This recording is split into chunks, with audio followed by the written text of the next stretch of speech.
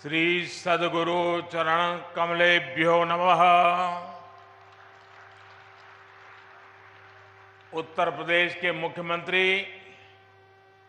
योगी आदित्यनाथ जी, केंद्रीय मंत्रिमंडल के मेरे साथी महेंद्र नाथ पांडे जी, उत्तर प्रदेश सरकार के मंत्री भाई अनिल जी, सद्गुरु आचार्य पूज्य श्री स्वतंत्र देव जी महाराज, पूज्य श्री विज्ञान देव जी महाराज, अन्य महानुभाव, देश भर से पधारे सभी श्रद्धालुगण और मेरे परिवारजनों,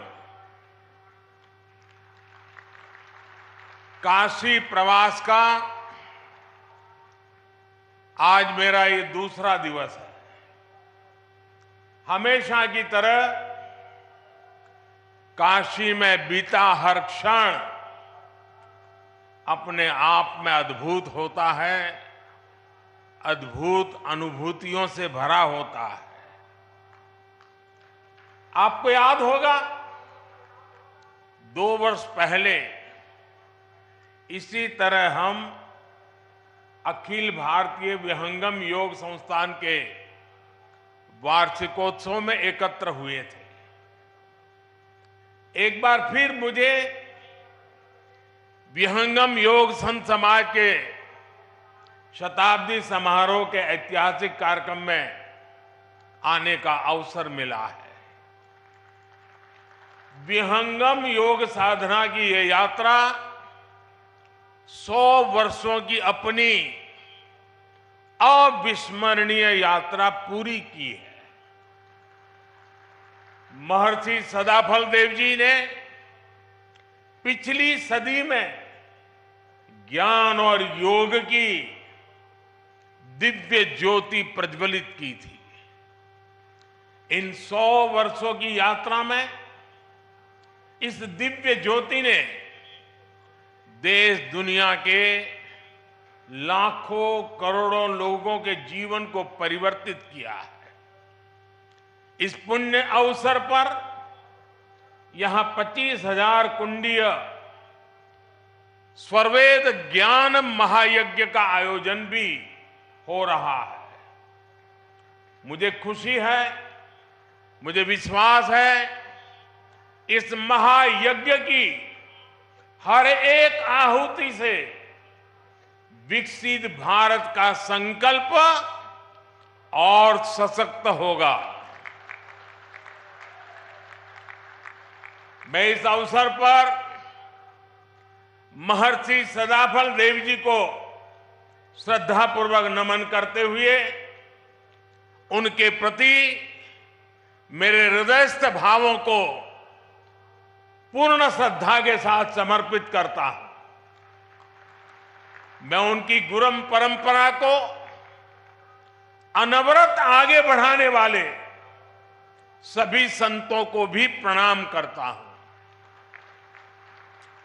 मेरे परिवारजनों, आप संतों के सानिध्य में काशी के लोगों ने मिलकर विकास और नवनिर्माण के कितने ही नए कीर्तिमान गढ़े हैं।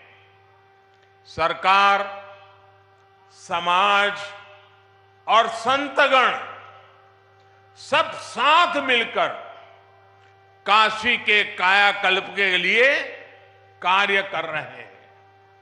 आज स्वरवेद मंदिर बनकर तैयार होना इसी ईश्वरीय प्रेरणा का उदाहरण है। ये महामंदिर महर्षि सदाफल देव जी की शिक्षाओं का, उनके उपदेशों का प्रतीक है।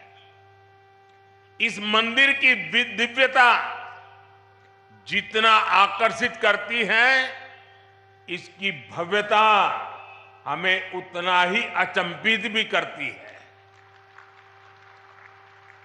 इसलिए मंदिर का भ्रमण करते हुए मैं खुद भी मंत्र मुग्ध हो गया था।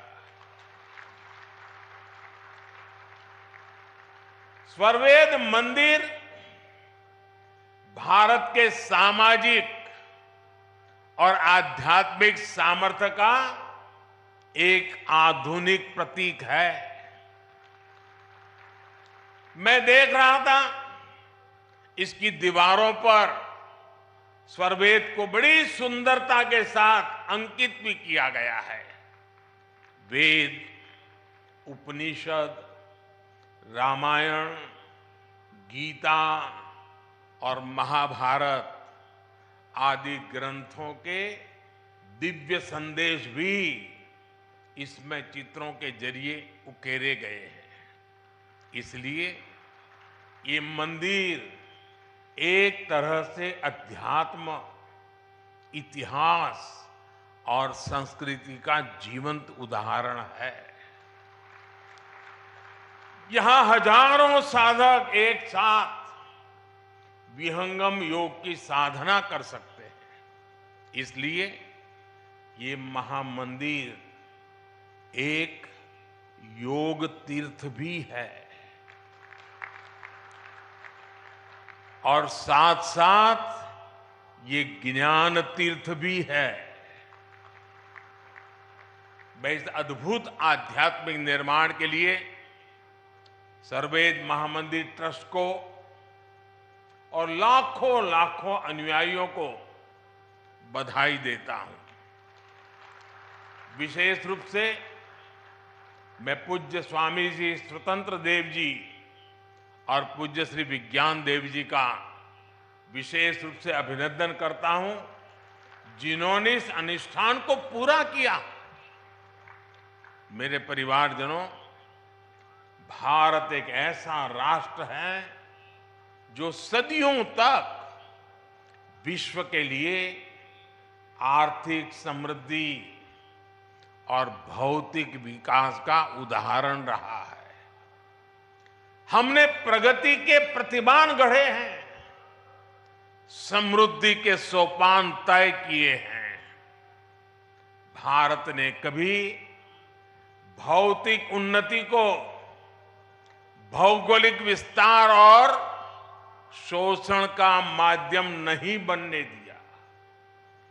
भौतिक प्रगति के लिए भी हमने आध्यात्मिक और मानवीय प्रतीकों की रचना की। हमने काशी जैसे जीवंत सांस्कृतिक केंद्रों का आशीर्वाद लिया। हमने कोणार्क जैसे मंदिर बनाए। हमने सारनाथ और गया में प्रेरणादायी स्तूपों का निर्माण किया। हमारे यहां नालंदा और तक्षशिला जैसे विश्वविद्यालयों की स्थापना की गई। इसलिए भारत की इन आध्यात्मिक संरचनाओं के इर्द गिर्द ही हमारी शिल्प और कला ने अकल्पनीय ऊंचाइयों को छुआ। यहां से ज्ञान और अनुसंधान के नए मार्ग खुले। उद्यमों और उद्योगों से जुड़ी असीम संभावनाओं का जन्म हुआ।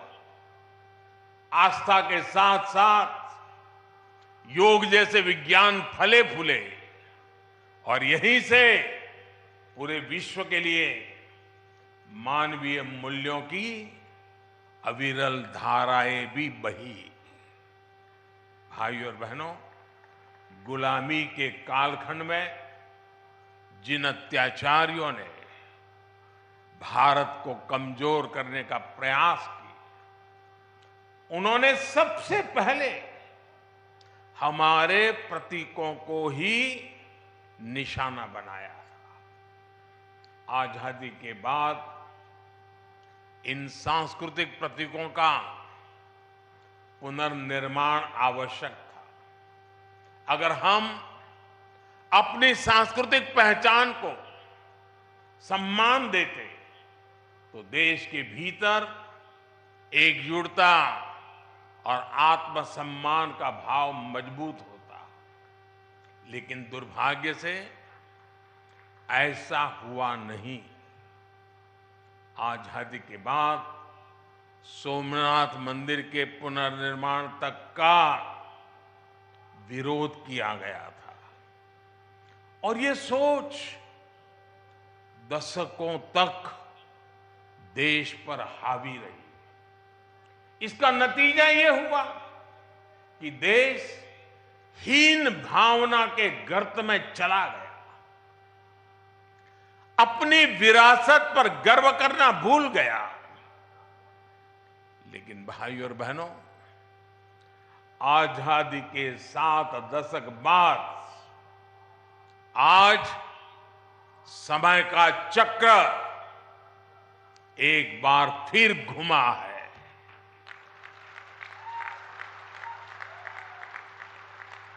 देश अब लाल किले से गुलामी की मानसिकता से मुक्ति और अपनी विरासत पर गर्व की घोषणा कर रहा है। जो काम सोमनाथ से शुरू हुआ था वो अब एक अभियान बन गया है। आज काशी में विश्वनाथ धाम की भव्यता भारत के अविनाशी वैभव की गाथा गा रही है। आज महाकाल महालोक हमारी अमरता का प्रमाण दे रहा है। आज केदारनाथ धाम भी विकास की नई ऊंचाइयों को छू रहा है।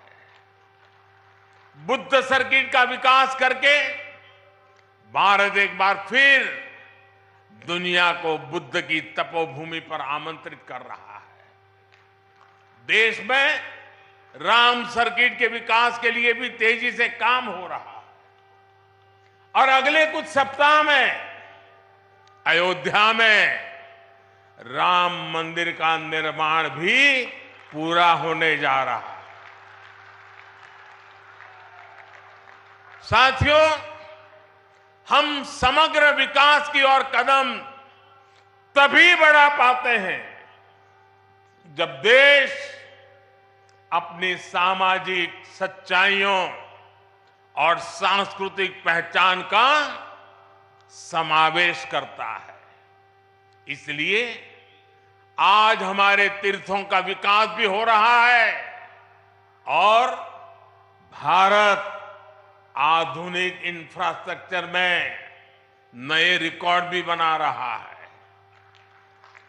आज देश में विकास की रफ्तार क्या है, इसकी झलक आपको अकेला बनारस ही दिखा देता है। काशी विश्वनाथ धाम ये परिसर का निर्माण हुए पिछले सप्ताह ही 2 साल पूरे हुए हैं। इसके बाद से बनारस में रोजगार और व्यापार कारोबार एक नई तेजी पकड़ चुका है। पहले एयरपोर्ट पर पहुंचते ही चिंता होने लगती थी कि शहर तक कैसे पहुंचेंगे। टूटी सड़कें और अव्यवस्था, यही बनारस की पहचान थी। लेकिन अब बनारस का मतलब है विकास। अब बनारस का मतलब है आस्था के साथ आधुनिक सुविधाएं। अब बनारस का मतलब है स्वच्छता और बदलाव। बनारस आज विकास के अद्वितीय पथ पर अग्रसर है। वाराणसी में कनेक्टिविटी बढ़ाने के लिए पिछले लगभग 9 सालों में ऐतिहासिक कार्य हुए हैं। वाराणसी से सभी शहरों को जोड़ने वाली सड़कें या तो 4 लेन की हो गई हैं या फिर 6 लेन की बना दी गई है। पूरी तरह नई रिंग रोड भी बनाई गई है। वाराणसी में नई सड़कों का जाल बिछाया जा रहा है। पुराने के साथ ही नए क्षेत्रों को भी विकसित किया जा रहा है।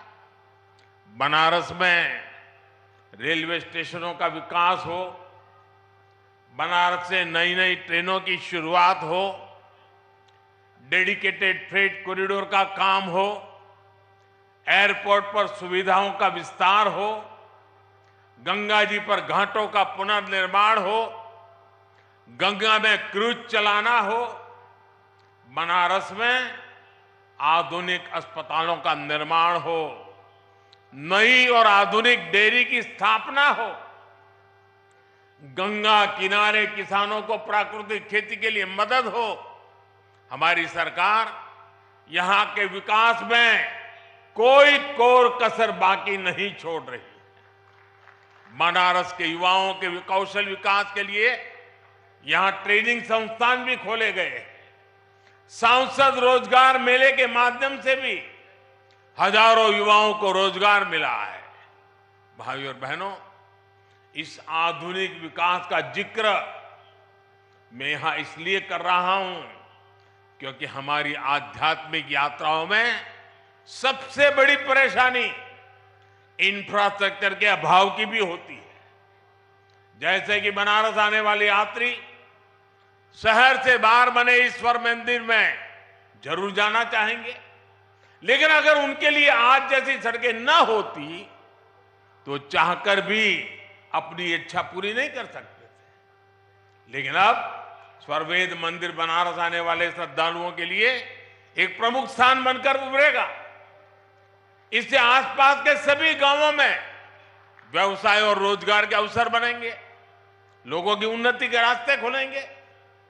मेरे परिवारजनों, विहंगम योग संस्थान जितने हमारे आत्मिक कल्याण के लिए समर्पित है, उतना ही समाज की सेवा के लिए भी सक्रिय रहा। यही सदाफल देव जी जैसे महर्षि की परंपरा भी है। सदाफल देव जी योगनिष्ठ संत होने के साथ ही आजादी की लड़ाई लड़ने वाले स्वतंत्रता संग्राम सेनानी भी थे। आज आजादी के अमृतकाल में उनके संकल्पों को आगे बढ़ाना उनके हर एक अनुयायी का दायित्व है। मैं पिछली बार जब आपके बीच आया था तो मैंने देश की कुछ अपेक्षाएं भी आपके सामने रखी थी। आज एक बार फिर मैं आपके सामने 9 संकल्प रख रहा हूं, 9 आग्रह रख रहा हूं। और अभी मुझे विज्ञान देव जी ने याद भी करवाया कि मैंने पिछली बार क्या कहा था। मेरा पहला आग्रह है, पानी की बूंद बूंद बचाइए और जल संरक्षण के लिए ज्यादा से ज्यादा लोगों को जागरूक करिए। दूसरा, गांव-गांव जाकर लोगों को डिजिटल लेन देन के प्रति जागरूक करिए, ऑनलाइन पेमेंट सिखाइए। तीसरा, अपने गांव, अपने मोहल्ले, अपने शहर को स्वच्छता में नंबर 1 बनाने के लिए काम करिए। चौथा, जितना हो सके आप लोकल को, स्थानीय प्रोडक्ट को प्रमोट कीजिए, मेड इन इंडिया प्रोडक्ट्स का ही इस्तेमाल करिए। पांचवा, जितना हो सके पहले अपने देश को देखिए, अपने देश में घूमिए, और अगर दूसरे देश जाना हो तो जब तक पूरा देश नहीं देख लेते विदेशों में जाने का मन नहीं करना चाहिए। और मैं आजकल तो ये बड़े बड़े धन्ना सेठों को भी कहता रहता हूं कि विदेशों में जाकर के शादी क्यों कर रहे हो भाई? तो मैंने कहा, मेड इन इंडिया, इंडिया में शादी करो। मैं छठी बात कहता हूं, प्राकृतिक खेती के प्रति किसानों को ज्यादा से ज्यादा जागरूक करते रहिए। मैंने ये आग्रह पिछली बार भी आपसे किया था, फिर इसे दोहरा रहा हूं। ये धरती मां को बचाने के लिए बहुत जरूरी अभियान है। मेरा 7वां आग्रह है, मिलेट्स को, श्री अन्न को अपने रोजमर्रा के खाने के जीवन में शामिल करिए। इसका खूब प्रचार प्रसार कीजिए। सुपर फूड है, मेरा 8वां आग्रह है फिटनेस। फिटनेस, योग हो, स्पोर्ट्स हो, उसे भी अपने जीवन का अभिन्न हिस्सा बनाइए। और 9वां आग्रह है कम से कम एक गरीब परिवार का संबल बनिए, उसकी मदद करिए। ये भारत में गरीबी दूर करने के लिए जरूरी है। आजकल आप देख रहे हैं विकसित भारत संकल्प यात्रा चल रही है। मैं कल शाम को इससे जुड़े कार्यक्रम में शामिल हुआ हूं। अभी कुछ देर बाद यहां से मैं फिर विकसित भारत संकल्प यात्रा में शामिल होने जा रहा हूं। इस यात्रा के प्रति जागरूकता फैलाने का दायित्व आप सभी का भी है, हर धर्मगुरु का भी है। मैं चाहूंगा कि ये सभी हमारे व्यक्तिगत संकल्प भी बनने चाहिए। गांवों विश्वस्य मातरः का जो आदर्श वाक्य है, ये हमारे लिए आस्था के साथ साथ व्यवहार का भी हिस्सा बनेगा, तो भारत और तेजी से विकसित होगा। इसी भाव के साथ मैं आप सभी का बहुत बहुत धन्यवाद करता हूं। और पूज्य संतों ने मुझे जो मान सम्मान दिया, मैं उनका भी हृदय से धन्यवाद करता हूं। मेरे साथ बोले भारत माता की, भारत माता की, भारत माता की। धन्यवाद।